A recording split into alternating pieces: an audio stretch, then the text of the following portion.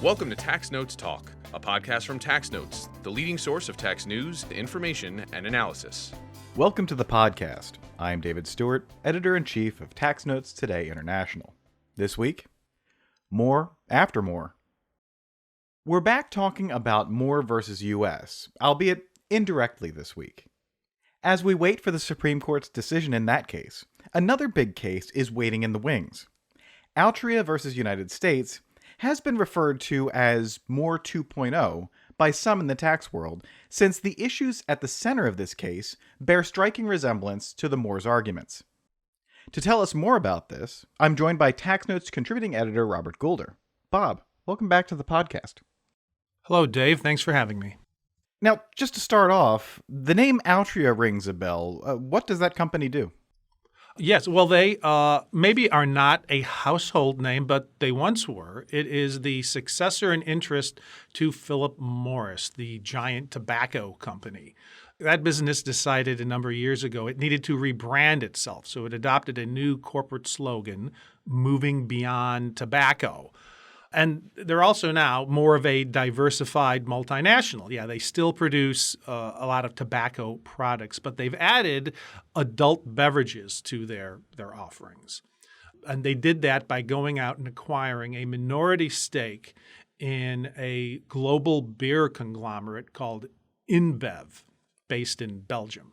And it's that 10% stake in InBev that is getting Altria in trouble with the IRS. Well, that is a great segue into talking about this case. So could you tell us, what is this all about? Yeah, so the case, as you mentioned, it's Altria versus the United States, currently before the U.S. District Court for the Eastern District of Virginia, just down the road from where we are today. It raises issues that are so similar to Moore that the taxpayer brought a procedural motion to stay the proceedings pending the outcome of Moore. And the government didn't even bother challenging that motion. So they presumably were fine with staying the proceedings. So the case is frozen. And what does it concern? Well, it has to do with our old friends Subpart F and the TCJA.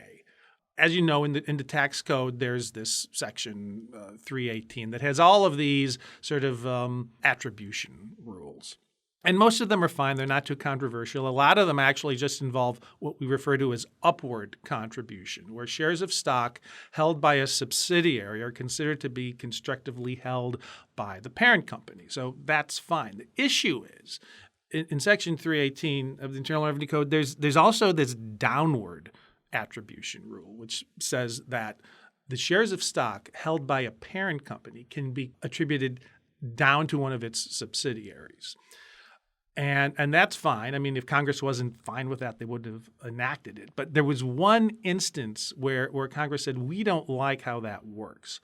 And they don't like how it works in the Subpart F context. So it adopted this other provision, and it's been on the books for a long, long time. It's Code Section 958B4. And it basically says we're not going to permit the downward attribution rule in the Subpart F context, where it would result in a foreign company's shareholdings in their foreign subsidiaries to be attributed to their U.S. subsidiary. They don't like that because it creates a bunch of Subpart F issues. It creates CFCs where we think you shouldn't have CFCs. So everything was fine. The system was just chugging along. Everything was normal. And then TCJA comes along late in 2017. And it repeals the bar against downward attribution in the Subpart F context. And that creates a big problem for companies. They wake up one morning and overnight they've got all these CFCs they didn't think they had. And Altria was one of those companies. Support for this podcast is provided by the University of California Irvine School of Law Graduate Tax Program. This preeminent and innovative program prepares students to practice tax law at the highest level, in the U.S. and abroad. Featuring a low student-to-faculty ratio, cutting-edge technology instruction, and dedicated career support, UCI's graduate tax program helps prepare students for a future in tax law. Program graduates are placed in top tax-related industries, practicing law in many major U.S. cities. Applications are open now. For more information and to apply to this highly selective program, visit law.uci.edu/gradtax. That's law.uci.edu/gradtax. Now, while both cases seem to come out from the TCJA, they definitely are looking at different areas of tax. How does this case relate to Moore? Yeah, so it relates to Moore because of the realization requirement. You recall in Moore, and we've had previous episodes of the podcast where we talked about it, the taxpayers there are challenging the one-time transition rule under Section 965, the mandatory repatriation provision, saying, hey, that's constitutionally infirm because it doesn't have realization, right? There's this realization concept. It's not really in the tax code or even in the Constitution or in the 16th Amendment, but there's this old case from the 1920s, Eisner versus Macomber, which basically has in some language, it arguably is dicta, but it says if you don't have the realization of income, you shouldn't have taxable income. That's going to be an unconstitutional tax. So that's being litigated in Moore. And we're going to get an answer at some point, presumably this spring, about what little sliver of Eisner v. Macomber still exists in the 21st century.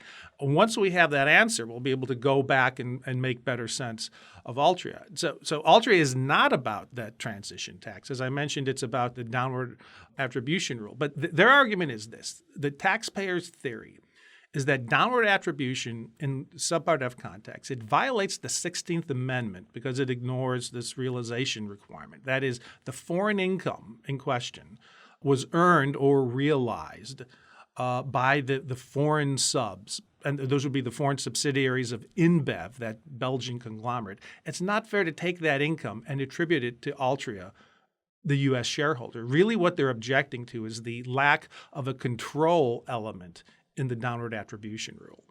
It's basically saying the Constitution, as interpreted by Macomber, requires that the U.S. entity needs something more than just a minority 10% stake in a foreign entity for you to have that kind of attribution. There should be at least a controlling stake, at least a 50% interest.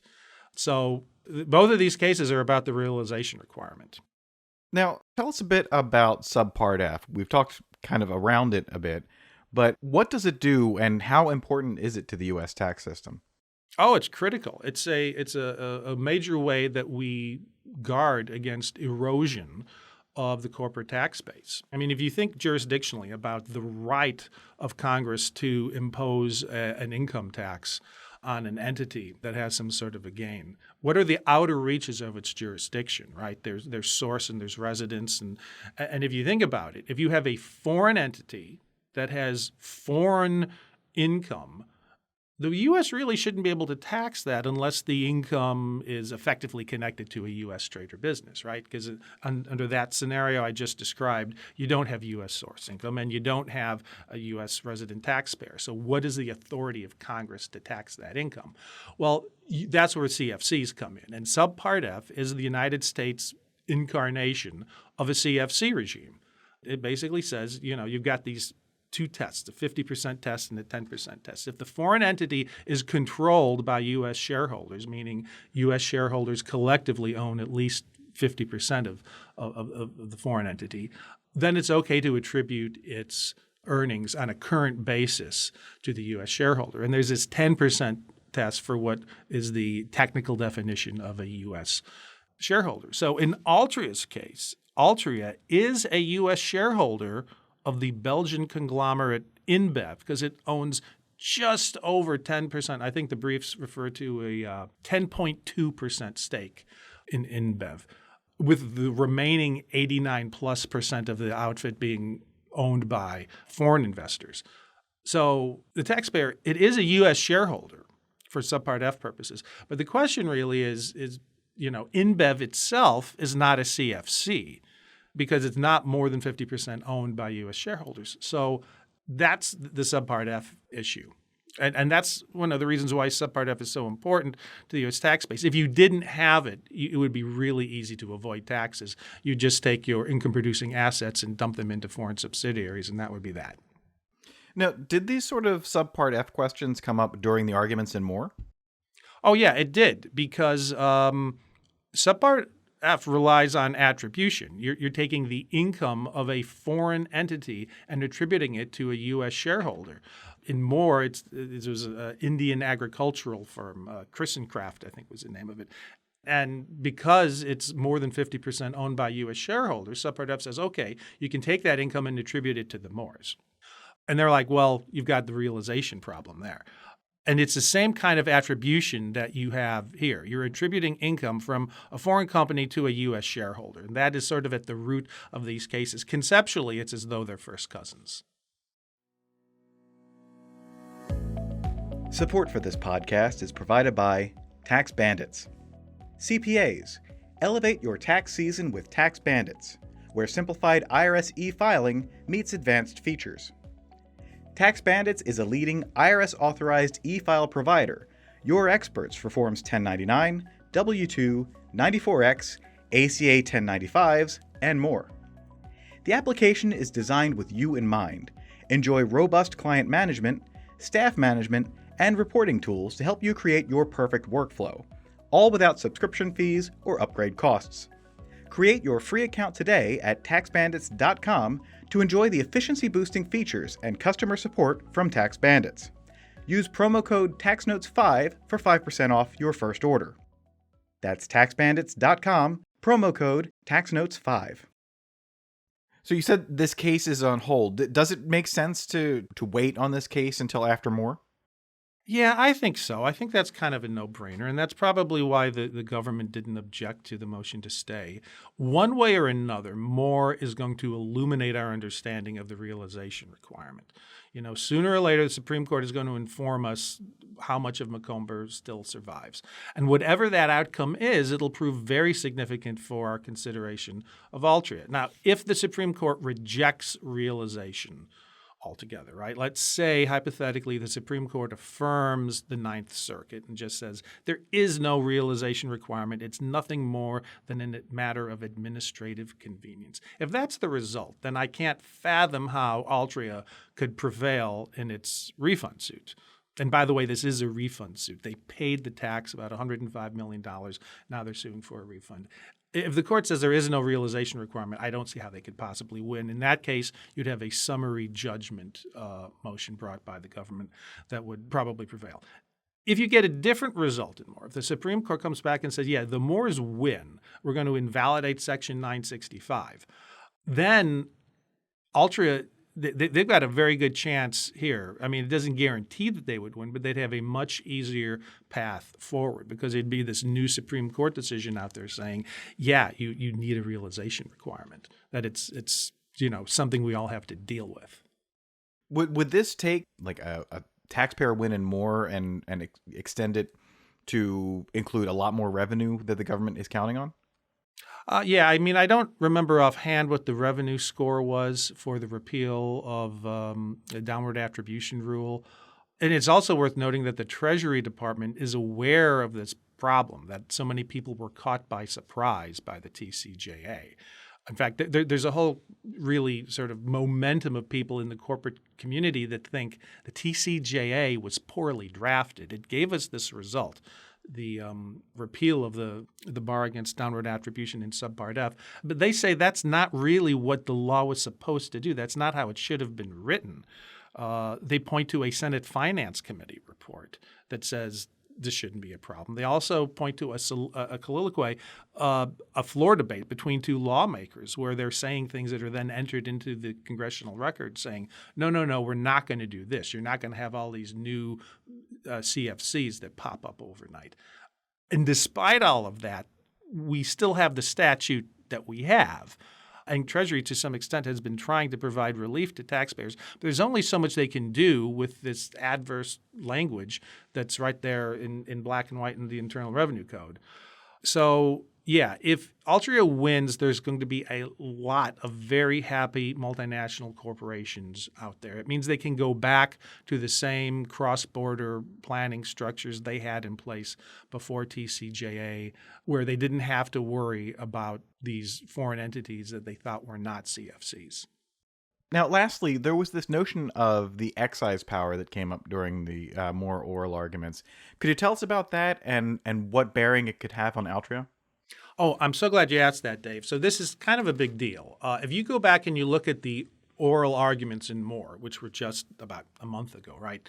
There was some discussion about this. Some of the justices quizzed both the taxpayer's lawyer and the Solicitor General about whether the corporate tax is supported by the Article I power to impose excise taxes. It's this concept that the corporate tax itself functionally is an excise tax on the privilege of conducting business in the corporate form. Well, that might seem like a fanciful idea, but there's actually a Supreme Court case out there that said exactly that. Now, it's a very old case. It goes back, I think, to 1909.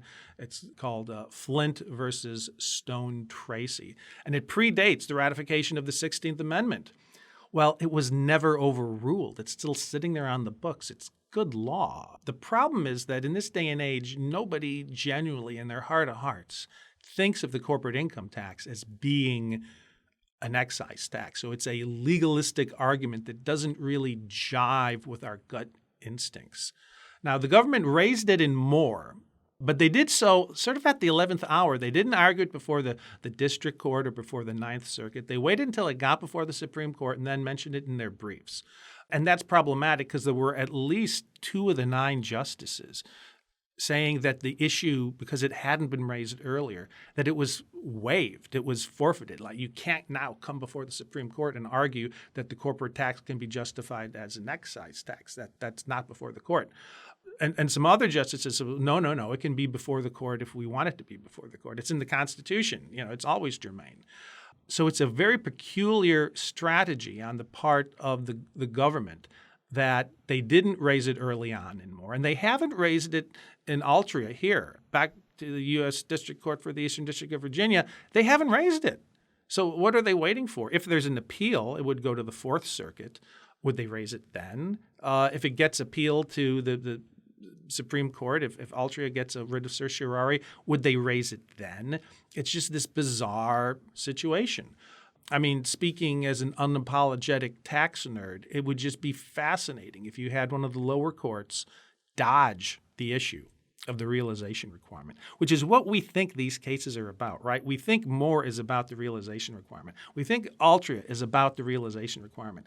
If the courts say, well, hold on, wait a minute, we don't even need to get to realization because if it's an excise tax, it only has to be a much lesser threshold. It only needs to be uniform across the states, which it is. That's a very low hurdle to clear. And that position, by the way, it's not an outrageous thing because there's a Supreme Court case saying, yeah, that's the law. Presumably, all federal courts are still obliged to follow a Supreme Court decision like the one in Stone Tracy, even if it's over 100 years old.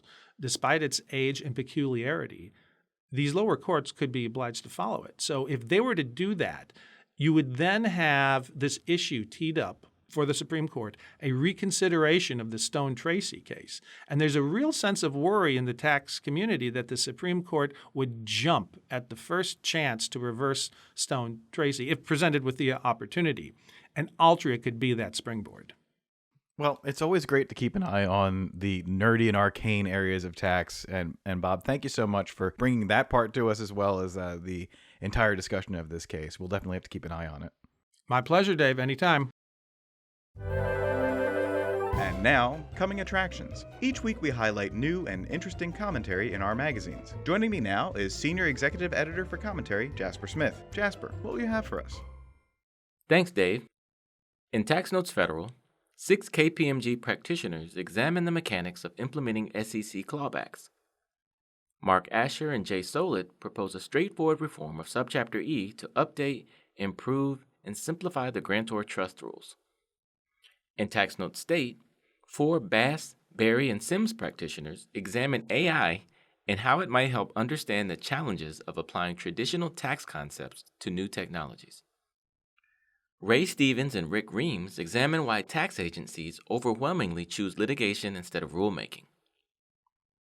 In Tax Notes International, 5 tax practitioners explain changes to the taxation of foreign source income in Hong Kong, Malaysia, and Singapore. Mindy Hertzfeld examines the legal status of Pillar 2 administrative guidance around the world. And finally, in featured analysis, Marie Sapiri examines the IRS's new registration portal for transferring energy tax credits and receiving elective payments. That's it for this week. You can follow me online at TaxStew, that's STEW, and be sure to follow at TaxNotes for all things tax. If you have any comments, questions, or suggestions for a future episode, you can email us at podcast@taxanalyst.org. And as always, if you like what we're doing here, please leave a rating or review wherever you download this podcast. We'll be back next week with another episode of Tax Notes Talk. Tax Notes Talk is a production of Tax Notes. You can learn more about us by visiting www.taxnotes.com/podcast. When major media wants the straight story, they turn to Tax Notes. Thank you for listening, and join us again for another edition of Tax Notes Talk. Want more like this? Subscribe for more tax videos. Special thanks to our executive producers Jasper Smith and Paige Jones, showrunner and audio engineer Jordan Parrish, and audio engineer Peyton Rhodes.